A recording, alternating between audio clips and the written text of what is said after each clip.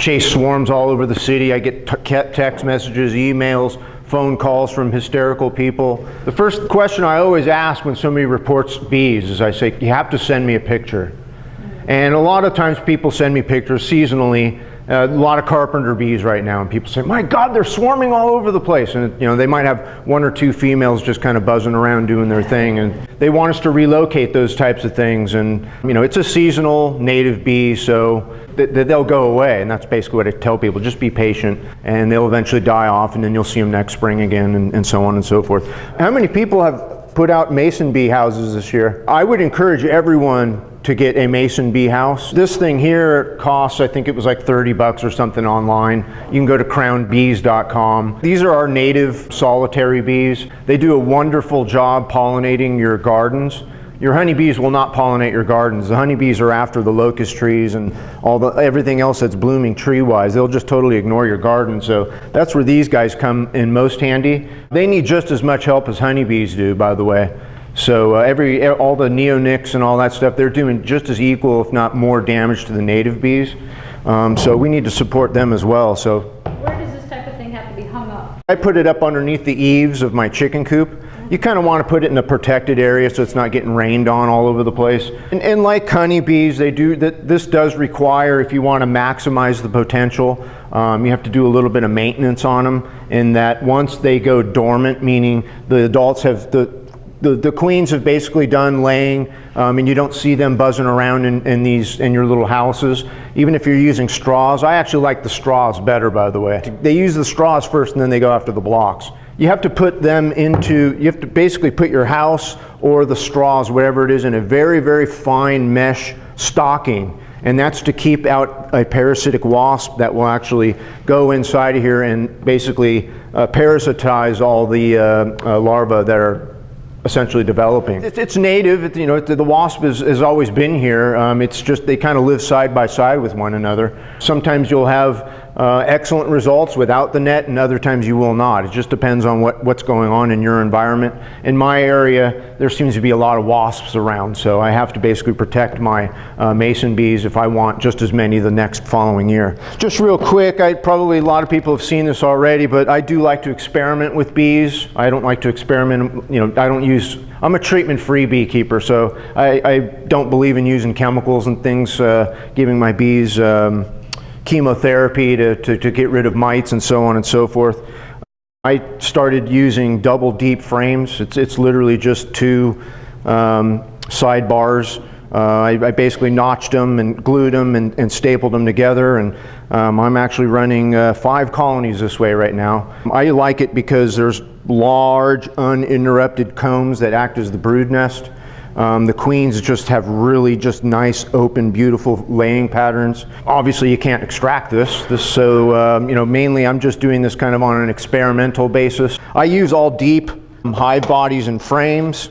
So what do you use for that? 2 deeps or something? Yes, 2 deeps. 2 deeps stacked on top of one another. There's 10 of these in one of those. I also have, I built a horizontal hive. That is actually, it was 32 frames in total. I divided it in half, and I'm running 2 colonies side by side in basically I guess it would be the equivalent of almost 4 deeps essentially. So 2 stacked on top of one another, and then there's actually a little space. I'm going to eventually make another split inside of that and run 3 colonies in one gigantic box. It's kind of looks like a small coffin almost. Since we're talking about swarm season, I thought I'd bring in, this is my pride and joy. This is what I like running around the city with. I can get swarms from anywhere from just right here at head level to, I can go to, with a 6-foot ladder, I can get up to about 35 feet with this bad boy. It basically telescopes in on itself, it locks into place, and anyways, when I get up on a ladder, I can get pretty high up in the air. But like I say, I usually just put the bucket right up underneath the swarm, hit it up onto the branch, take the thing, I set up a hive body, I have my frames, I've got my inner cover, I've got my outer cover, I've got everything basically ready to go. I just hive the bees like this. I will have probably, let's say, 3 frames on either side. I'll dump the majority of the swarm into the void. I'll take the remaining frames, put it in there. I'll take the inner cover, put it on top, and at that point, if you got the bulk of the bees in your bucket, it's the rest of them will swarm down into there and join their friends, and then you can put a piece of screen over the inner cover, belt the thing up with a ratchet strap, pick it up like a suitcase, and you're off and running. That's how I show up for swarms in your part of town. The question was, where'd I get the pole? I dumpster dive in construction sites. I believe this was a window washing pole, and I just stopped, I looked into the thing, and I thought, well, I wonder if that pole is intact. And I jumped in there and I picked the thing up, and I thought, hot damn, I put a 5-gallon bucket on that thing and I'll be a swarm catching king. Since we are kind of in swarm season, another thing, this is kind of old as well, but I basically make a partitioned box. If you do your inspections regularly and you were to catch your colony either getting ready to swarm or even after it is swarmed, you can easily do, these are holds, each one holds 5 frames. You can put, 3 frames over here. Each frame has queen cells. Put frames over here. Each one has queen cells. And at your last colony, you might have a couple more frames that have queen cells. You basically just divide it all up. Whoops, squash the duck there. I've got inner covers that go on those. I've got a top that goes over the top of that. My little entrances are here in the front. I usually just put a piece of duct tape over the top of it. I relocate them to my site. I open them after they've overnighted. I will open them about midday, and I don't get a whole lot of drifting out of the boxes. That's how I do splits. Do you ventilate the top much? On the smaller ones, I do not. If these were to get into, say, a robust, meaning all 5 frames were involved in brood, like say in August or September, on the inner covers they do have a feeding hole. I might open those up just a little bit, just so that they can kind of breathe, because at that point they're pretty big colonies. In talking about what we should be looking for this time of year with bees, you should be inspecting your colonies, probably at least every 2 weeks, if not every 10 days. That's generally what I do. I at least go out and have a good idea of what's going on in there. You really don't have to do anything more than just taking off your inner cover and just going through those frames right there at the top, seeing what's going on. Is there brood there? Is there honey there? Are they drawing out comb? You can almost kind of start to look into the box below and kind of know sort of, whatever, before you put the box on top, that bottom box, you should already have known what's going on there. What you can do also more than that is you could just take your box, if you had your stack of boxes. I didn't bring 2, I'm sorry. This is going to be kind of a poor visual. But if this is the bottom of your box that's on top of this one, you could literally just crack this box and just tilt it back and look at the bottom of these frames here, if they're being drawn out or they are drawn out. What you will likely see are queen cups, and queen cups are perfectly normal. They will usually put queen cups around the perimeter of the comb. If your comb is not attached to the side of the frame, you'll have cups all along the sides. If it's attached all along the sides, they'll probably be in the field, but there'll be several. The majority of them will be kind of at the bottoms of the frame. But nevertheless, if you crack this box and just lift it up, and you can just use your bottom box as kind of a pivot point. And if you look into those queen cells and it looks like there's glistening white in there, your colony is getting ready to swarm. Personally, I do not believe in going through, I'm starting to cut queen cells and queen cups thinking I'm going to stop the swarm impulse. That won't stop it. In my experience, those colonies will swarm regardless of what you end up doing. What's your plan? If your colony's going to swarm, do you plan on catching the swarm? Do you plan on making splits? Do you plan on having more bees than the 1 or 2 or 5 that you have? With bees comes more bees, and this is a really good year. The trees are really blooming a lot this year. These are questions that you have to ask yourself, because this is swarm season. The bees are going to want to swarm. The nectar's coming in really hard and fast. They aren't going to have time enough to draw more comb to store honey. They're going to start storing honey in the brood nest, and when they start putting pressure on the brood nest, that's when your colony will swarm. It's just a natural impulse. The swarming is perfectly natural. It's nothing to be scared of. If you're monitoring your bees and you're doing these little checks and just seeing what status they're in, if you were to lift this up and you do see those queen cups filling up, or you see half-drawn cells, you have to have a plan. What are you going to do? Well, the best thing you could do at that point is just go through the hive, find where the queen is on whatever frame, and you right there's your split. You've just taken the queen out of the equation. That thing will now continue to raise those queen cells. They'll have multiple virgins. They'll all fight it out until one flies out and mates, it comes back, and your colony has started over brand new. That is the most natural and best mite control you could ever hope for in your colony. A complete brood nest turnover where there's been no activity. In my observations shows that the bees are grooming themselves. They're culling out I've seen a lot of times they're dragging out the drones. They don't want those things in there. The sick ones, they're all purged out in the front. Sometimes you'll see now they're pulling out brood and throwing all that stuff out. It is like a rinse and spin cycle or a dual wash or something. They really just want to clean the thing out and get going again brand new fresh. So that's one easy way to do it. You said something about when you lift it up and you look at that queen cell and you see something glistening. Is that what you said? Correct. That's royal jelly would be down at the bottom of the cell. And So what color would that be? it'd be milky white. A milky white substance. You also want to make sure you get out there as you know, people in different areas, the locust trees are just now starting to open. You kind of want to stay on top of that. Get your supers out, dust them off, clean out the mice, get the cobwebs out of there, get your foundation all mounted and on and in the box so you can just walk right out there and start putting them things down and getting them going, because it's going to happen fast. It's not going to wait around for us. So how long does it take to fill a box? A medium with this flow right now? If your colony is very populous and has an excellent workforce, it could be probably inside of the week. Whoa. Completely full, completely drawn out and completely filled with honey. When it's flowing like it is now. And we're talking, I mean, this is like the locust flow. If you drive 895, just the other day I drove the whole length of it. It looks like things have been dusted with snow. There's so many locust trees that are blooming, and the bloomage is so heavy this year. We've been here 10 years, and this is the first time I've ever seen locust trees just absolutely just crying flowers right now. It's just, to me, it was just startling. I thought to myself, how come I don't have bees down in this area?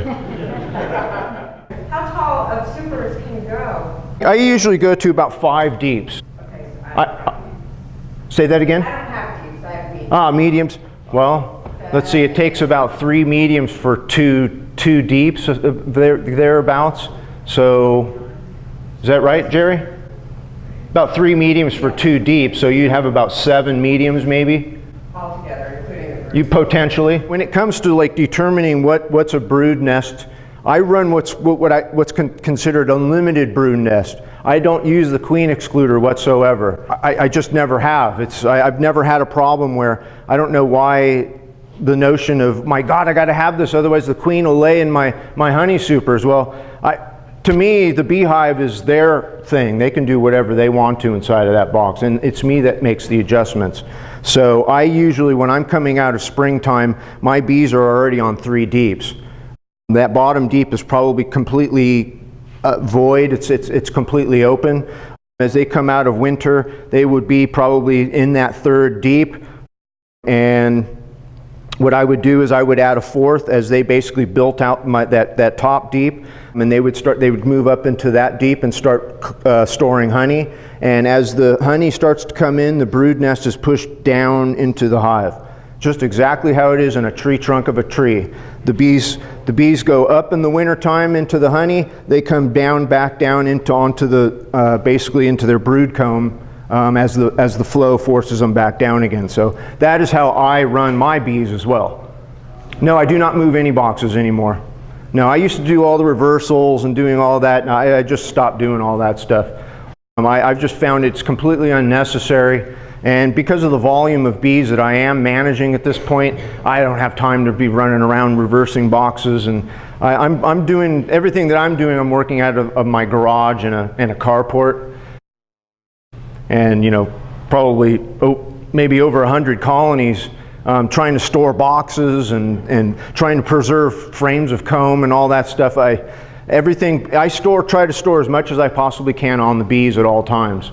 Otherwise, like I say, all the boxes of excess comb, if I just store in my garage, the moths will destroy everything that I have. And comb space is king to a beekeeper. If you've got the comb space and you can manage your combs as your bees need them, you put them on. As they don't need them, you take them off. And then of course you have to figure out a way to store that stuff. Your bees will be the most productive if they don't have to draw any comb at all. They will store tons of honey. So that's why I will run some of my things, or like again, I'll have 5 deep stacked on top of one another, and the bees are basically just, at this point, some of them are already stored 2 whole deeps of honey, and they're now down into that 3rd and 2nd box down. I'd rather the bees be patrolling their equipment than me having to put mothballs and you know, maybe you could box things up and take it to a cold storage and have it put in cold. I've priced all this stuff out. It's just, it's not feasible for me to do. If you have, like, say, with the flow right now, a week from now, that super's filled, will you leave that on and then put another under that? Are we talking in our deeps now, or? Yeah, well, I do medium. Okay. I have a deep and then mediums up. Right. Basically, as they're filling out, as the top box, as they're filling it out, when you can pretty much tell when they're filling it out with honey. Just, you don't want them to get it capped. Before they cap it, stick another one on top. So they'll move into that next one. So they're going to finish off the one underneath and go up and start working on this one on top. And you'll just leave that other one in there until it's time to extract. That's correct. So I actually, if there's any honey to harvest, I'm harvesting after my bees come out of winter. So you know, if there's a colony that says I've left 100 pounds on a colony, even just this last winter, and they went through, which was roughly about, say, there'd be 20 deep frames. There was 2 left that weren't uncapped. They ate all that honey in order to basically produce a gigantic brood nest, which is just, I mean, that's a beekeeper's dream right there. Anyhow, they left me with 2 frames. That's all I got from 100 pounds.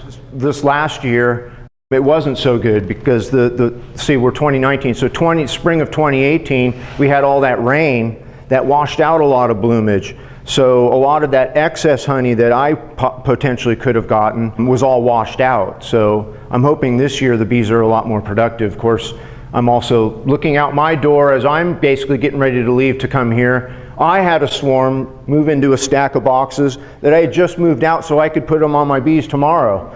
And this gigantic cloud of bees is out there, and I thought, man, it's 6 o'clock. What am I going to do here? Should I go out? And I just thought, oh, they're in the box already. I'll deal with them later. You got to get out and inspect your bees. There's nothing wrong if they end up swarming on you. It's nothing. You haven't lost anything. This is perfectly normal behavior. They want to reproduce. This is the time of year when they do it. This is probably one of the best years for bees to be reproducing wildly. If they were to leave your colony and go into a hollow tree someplace in your local forest, they still have time to draw out combs so they could possibly even survive the winter, the next coming winter. Oftentimes a hive will swarm and there's hardly any flow at all. Those colonies that swarm on really poor seasons don't stand a chance. And even as a beekeeper, a lot of times, you know, you could hive a swarm, could be late in the year. If you don't have drawn combs, that's why they say, what is it, a swarm in the swarm in July isn't worth a fly and all this other stuff. Man, if you've got drawn comb, that swarm in July is worth a pot of gold, just as she would be in April. Drawn comb to a beekeeper that's your gold, man. I mean, you want to try and do anything you can to make sure your frames don't fall victim to the bugs. So, you know, doing inspections is perfectly natural.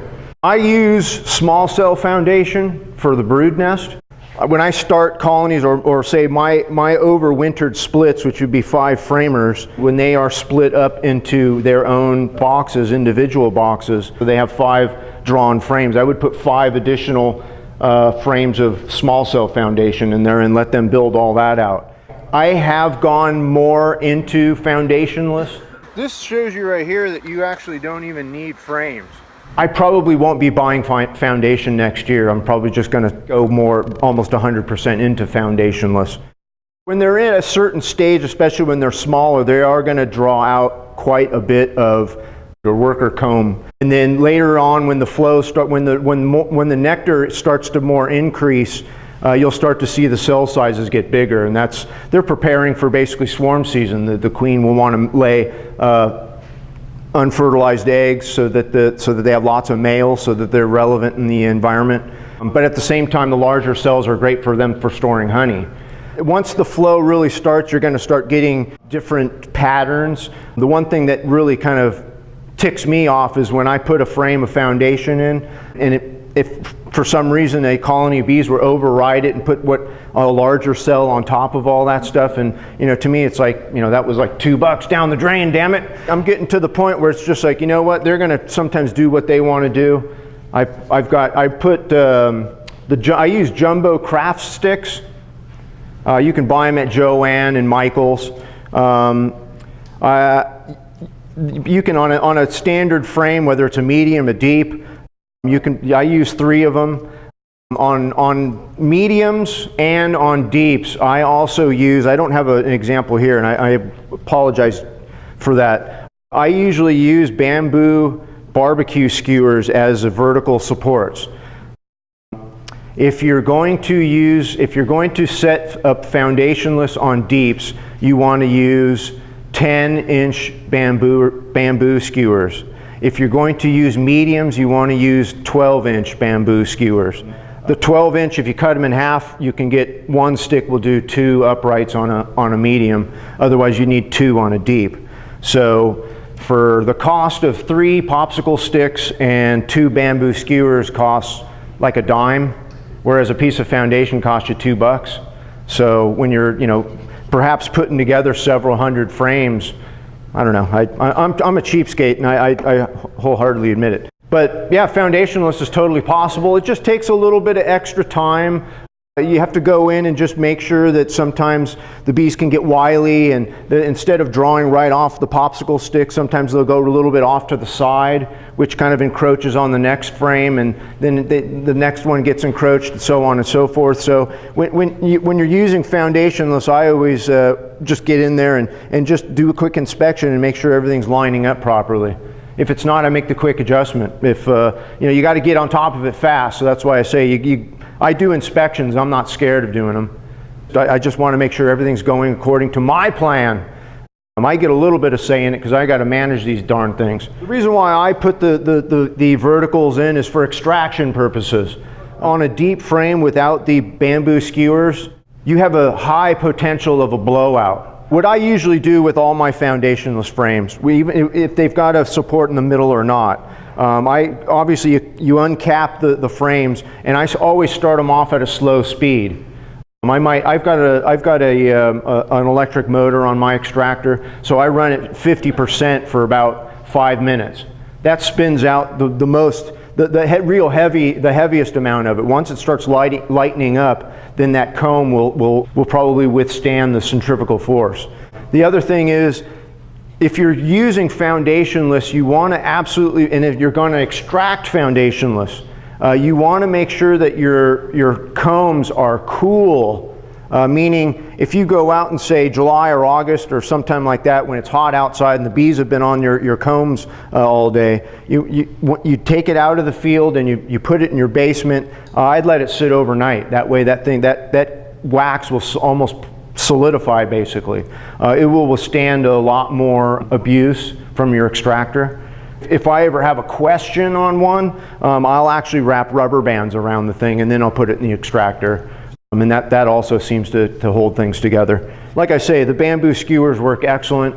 It divides the frame into 3 quadrants.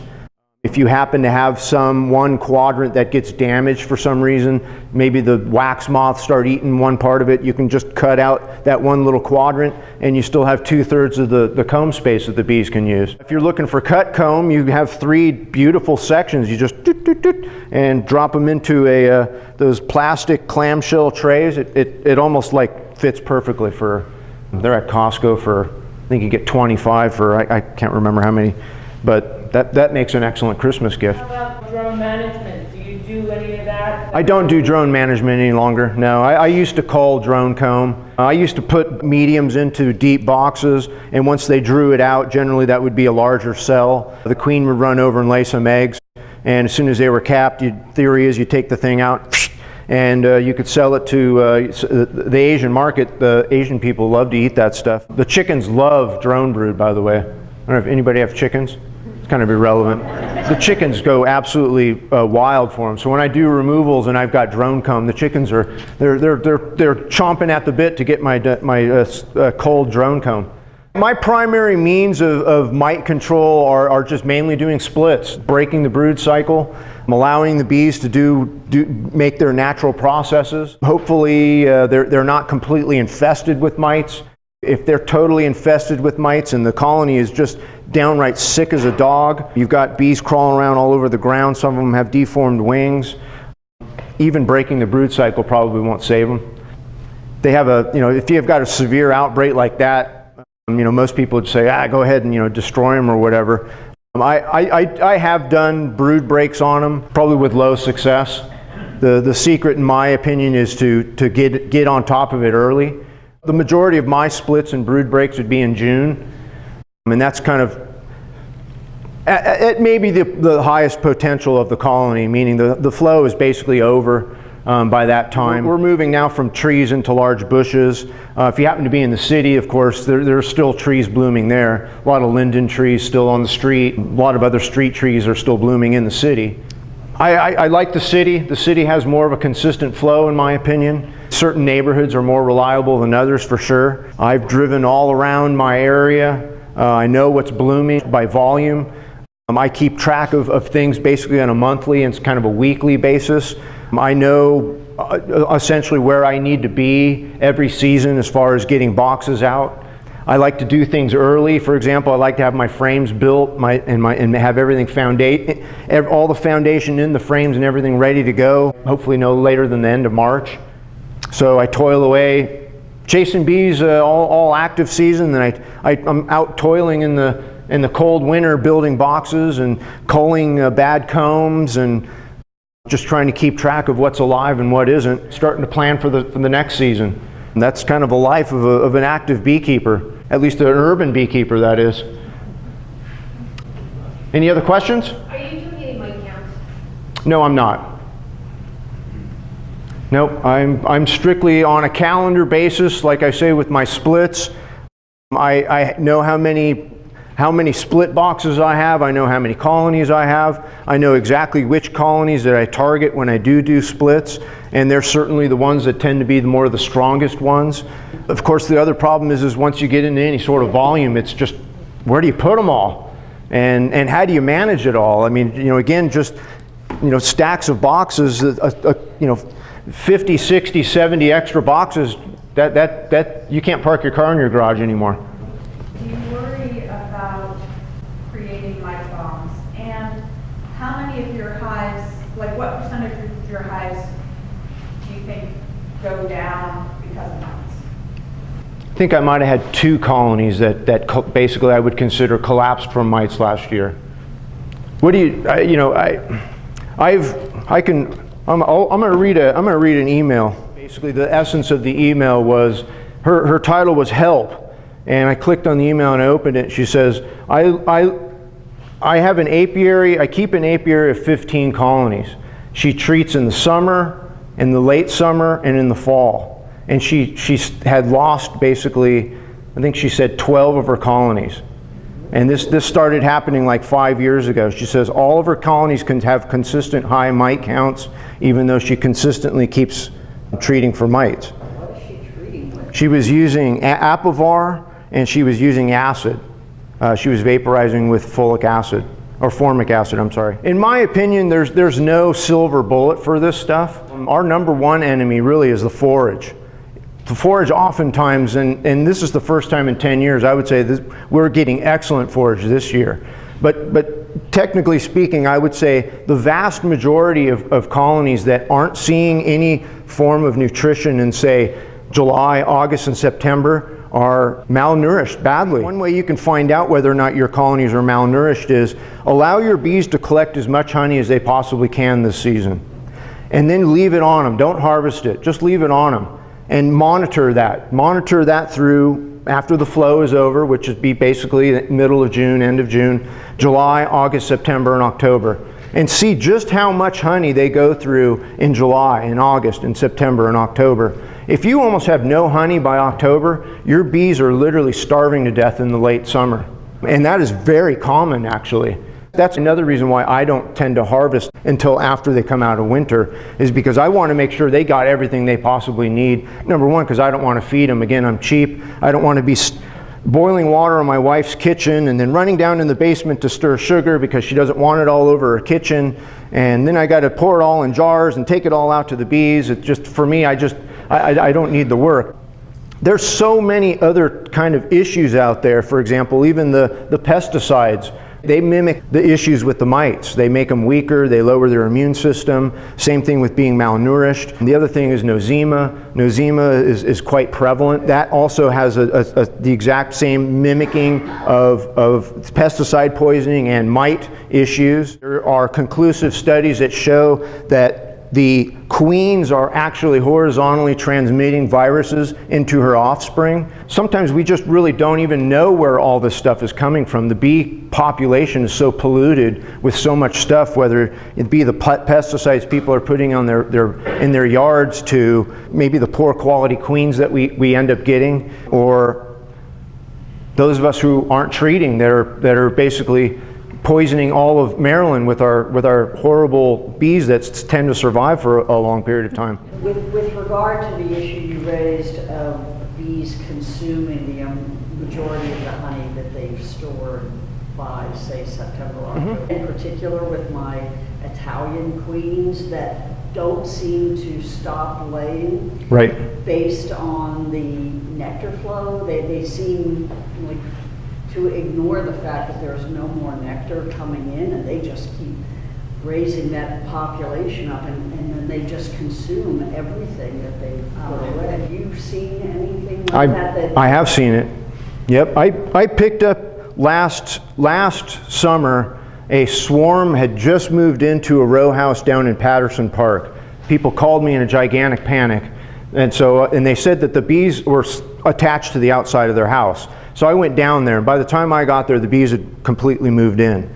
And I said, well, that's okay. I had thought about it, and I brought a drill and drill bits, and I said, I'm going to come in your house, I'm going to drill a series of holes. You're going to have holes all throughout this general area. And I basically sprayed bee repellent in there, and it basically forced that colony out. I waited around actually for probably an hour. Nothing happened. I thought, well, I told him, I said, this could possibly, I'll have to open up your wall and take out the bees that way. And so I just thought, I want to go home and be with my wife, and it's close to dinner time by this time. So I drive home. Of course, again, it takes me 45 minutes to get home, going all across Baltimore City. It's just insane. And I get home, my wife and I sit down, we're relaxing, we're having dinner. Ring, ring, ring. Oh my God, the cloud just came out of the house. So I go down, the thing was a huge swarm. It had to have been something that absconded from somewhere. Because I'm telling you, the thing was, it took basically 2 full buckets worth to dump it into, and it was just insane. The same thing happened with this queen. I got her on drawn comb, and I built her up to 2 deeps, and she just laid and laid and laid and laid, and just all the way up to October. Most of my splits, I would call them most of my naturalized colonies, they generally are shutting down in October. This one just, it had almost like a 10-frame brood nest. And I just thought to myself, and of course they didn't have any honey because I picked them up late in the season. So I'm feeding them, and I'm feeding them, and I'm feeding them, and I'm feeding them. And then I would stop feeding them, and they would run through everything that I just fed them, and she would still continue. And I just thought, I just can't stop her. So eventually she just laid herself to death. They just killed themselves. I couldn't control it. I guess potentially what I could have done is caged her and stuck her in there, which would have stopped the laying. But I don't know, to me it was like, they're so unnaturalized, you don't want that in your apiary.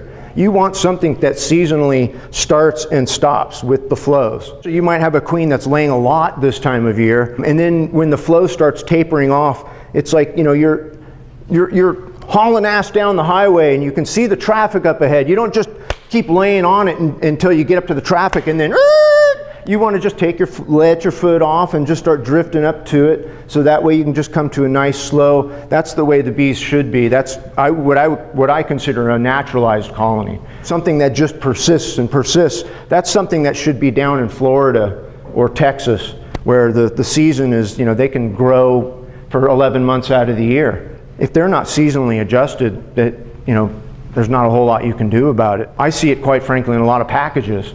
Again, they're on a different timeline where they're being raised and they're coming up here in the northern area. Even just say from Georgia to Maryland, that's probably 3 months of growing season that's lost here. Our growing season is really probably only 6 months. I mean, technically speaking, there's only 4 forage months for our bees, and then there's 8 more months that they have to live through. So that's a rough life right there, in my opinion. That's kind of why I do the things I do. I am running a business, so having honey, I do supply a couple of stores. I do have regular customers that call me and email me and want to come over and pick up honey. So it's always nice to have from a commercial standpoint. The bees did all the work. Honey is bee food. It's not human food. I try to give the bees the best chance I can. As far as, say, nutritionally, they did all the work. I just go in, I steal a couple frames at the end of the year, and I jump for joy that I got a little bit of honey to put in a few jars, so I can show the IRS I'm actually being productive and not a hobby. Bill, do you have like a couple lineages of bees that you try to propagate from as much as you can because they are so naturalized, or you just kind of split them as they need it and just let the chips fall where they may? Pretty much. I do try to select the ones that are, again, that sort of build up well and shut down early. I've got a colony that's been sitting on my front porch that's been sitting in the same 5 deeps this is their 6th season. Do they swarm every year? Probably. Do I catch it? No. I have a couple colonies like that. I just don't even, they're in boxes, there's frames in there. I can basically break things apart and look in there and I know everything is intact. I have not managed them whatsoever. They just seem to persistently live. I probably am a bad neighbor in that if they swarm, that's probably why they live, is because they swarm every year. I do have bait boxes around my neighborhood, and I do catch swarms in there. I think I have like 13 out this year, and I've already caught 2 in swarm traps. Likely they're mine or the ones that have populated my neighbors' homes. Actually, there's only one house in my neighborhood I know that's got a colony of bees living in it, and they were there before I moved in, so I'm safe there. Do you graft or do you have let them reproduce without natural? I do not graft. You do not graft? No. Again, I try to make multiple splits from as many hives as I possibly can. I think that's the secret to it, is just to get as many as you can basically to proliferate. Not to make all your colonies swarm and infest your neighborhood, but to go out and you can, again, to make what I would consider, again, a manual swarm is, you go in, you make an inspection.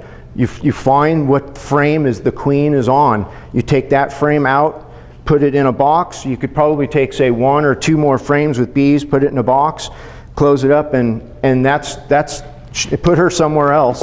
This colony will now raise multiple queen cells. A queen cell is a queen cell. I don't care if you can call it a supersedure, you could call it a swarm cell, you could call it a this, you could call it an emergency. I've never noticed the difference between an emergency queen and one that came out of a swarm cell, or something that came in a little cage that was mailed to me. As far as I'm concerned, even the ones that my bees are raising have always far been superior than any queens that I've gotten from anywhere.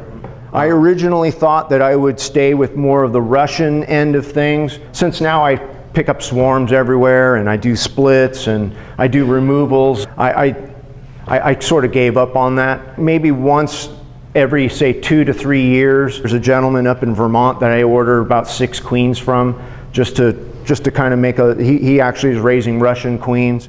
I like the Russian bees, actually. I think that they're actually a nice strain of bees.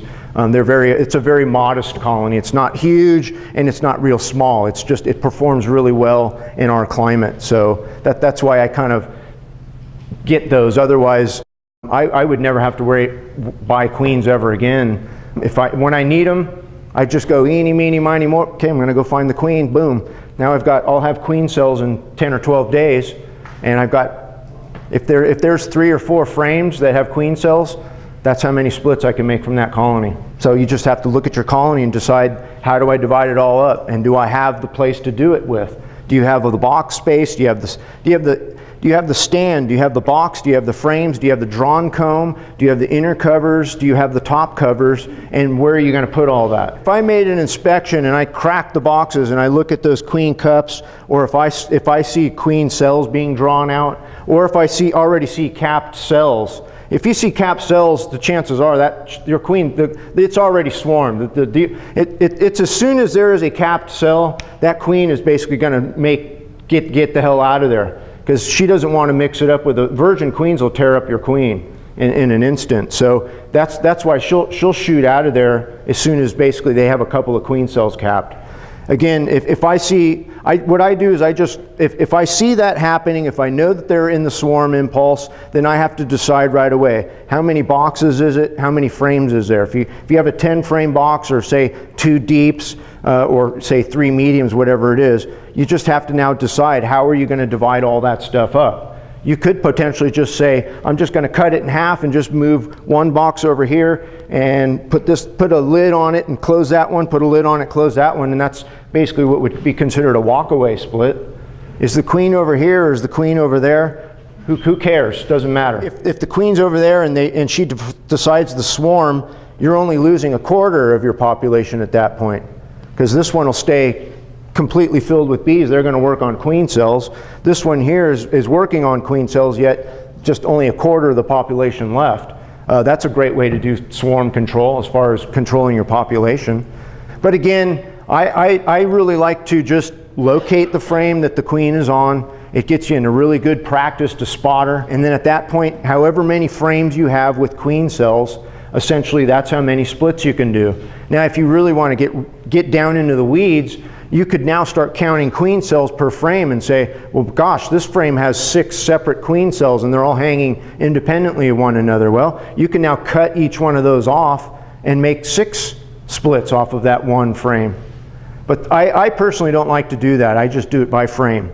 The frame's got queen cells. I'm not going to divide it up. That goes, if it's got 5 on there, if it's got 1, that's 1 split.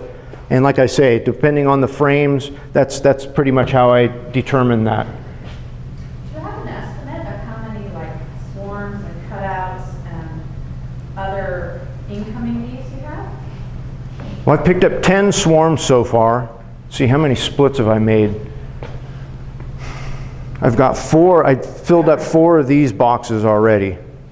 So that's 8. Inflows and outflows, are you getting more beehives each year, or are you staying about the same? This year it's been more. Yeah. Okay. More swarms, a lot of early swarms. It was pre-locust trees.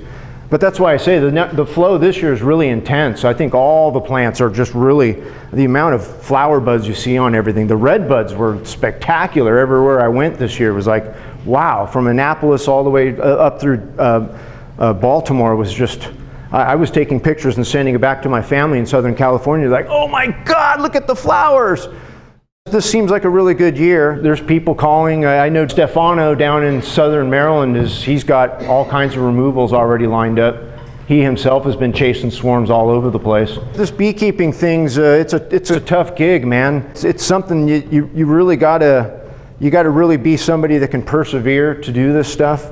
You gotta really plan ahead. Now, I'm not the greatest planner, so I am a procrastinator. You really have to kind of get yourself into a system. If you're at a point where you say, you know, well, I only want 2 hives, and yet if I do splits every year, I'll end up with, say, 4 by the end of the year, and if they all survive, I'll have 8 the next year, and so on and so forth. Well, you can easily sell those splits. You know, there's always people looking for bees. Bees are always dying. I know, I've heard from a number of people that they've hived packages, and they came back the next day, and the bees took off. There was a lot of that going on around, so it's always nice to have that extra beehive someplace. We started a Baltimore beekeeper group. I'm hoping to do is if we can sort of find someplace in the city, a sort of a lot someplace or some sort of gated something or another, that we could start a bee yard there where people could actually make splits and take them over to this abandoned lot or something and just park them there, and almost like bees in trust type of thing. A public kind of a bee yard situation, but that's, you know, trying to work out details like that's kind of hard. That's really what it's all about, is just trying to stay on top of it. Like Jerry says, you got to know the biology of the bees. You got to know what time of year it is, and you got to kind of stay on schedule with all that stuff. As long as you sort of recognize all these things and you stay on top of your bees, at some point, you almost basically become that fourth bee. Even though you're not in the hive and buzzing and stinging and doing all kinds of stuff, you pretty much know what's going on in there, and you almost always have a feeling as to what's going on right now. And there's nothing wrong with when you're going out to put your next box on, pop that inner cover off and just start taking a few frames out and seeing what's going on, and just make sure everything's going fine. Your queen has a nice laying pattern. How many boxes do you have? Is there brood up here? Are you using a queen excluder? The bees could be getting sick in there, and the hive beetles could start getting out of control. Well, you wouldn't know it unless you go in and do an inspection. When you start seeing honey rolling out the front, that's too late. That colony's just about had it. Conversely, it's the same thing as oftentimes the wax moths or something might get out of control in a bottom box someplace, and it basically forces the colony up here. Well, if you just went up through this box up here and maybe the next one down, well, everything looks normal. I put it back. But meanwhile, the basement is essentially being overrun by monsters, and eventually it just absconds the whole colony out of there. They don't want anything to do with that stuff. You got to get in there and do the inspections. I did not inspect my bees enough in the wintertime, and I had a colony starve to death, which I don't know what to say. It was like, that was totally my fault. And it just absolutely makes you feel like crap when you just go in, damn it, that was a great colony of bees, and had I just put another quart of syrup on them, that they probably would have lived that extra month before I could have stuck a half a gallon on them. But again, if you're not out there and you don't know what's going on with your bees, or you were late one day and you had an appointment sometime and you didn't inspect and you forgot about it, and the next thing you know, your bees are swarming, and what are you going to do? If you catch your swarm, what are you going to do? Do you have the extra equipment to hive it? So there's a lot to think about. Any questions? What would you do in that case where the bottom one is full of wax moths? Would you pull that bottom box out? Absolutely. Yeah. Yep, and I would try and contain the damages as best as I could. The beetle damage and the moth damage is avoidable if we're doing our inspections.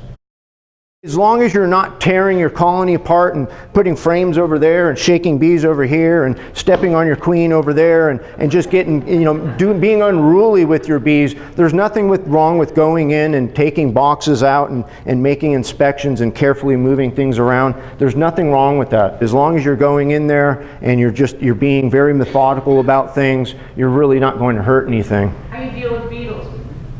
I do not do anything with beetles. The bees take care of them. What I notice in a lot of my colonies is, when I take off that outer cover, most of the beetles are on top of the inner cover. So I just quickly, I'm doing the smash a beetle. So in that instant, when I just open up that thing, I could get 20, 30 beetles easy in the heart of summer. And they're all the bigger beetles, which are the more adult ones. And you squash all those, man, you just took out a whole population of beetles.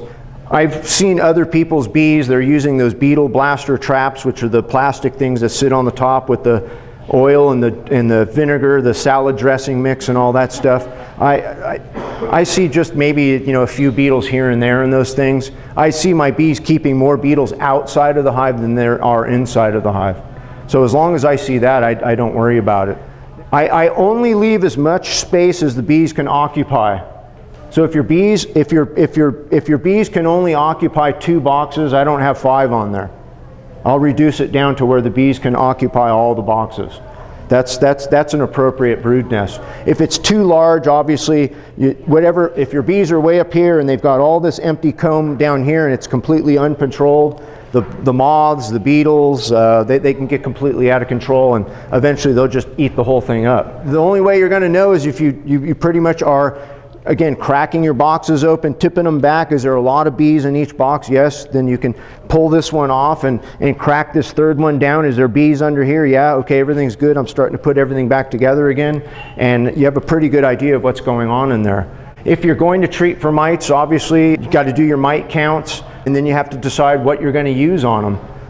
You got to have that on hand. If you're going to treat, if you're going to do it tomorrow, you don't be on the phone or on the computer ordering it today. Order it now, so that way you've got it on hand, and you're well versed at how to use the stuff appropriately. The one thing that I have seen with people is not using it properly. Some of these things call for 3 separate doses. You can't just say, well, I'm only going to do 1 because I don't want to hurt my bees. If you got to follow through with the whole protocol, otherwise it's ineffective.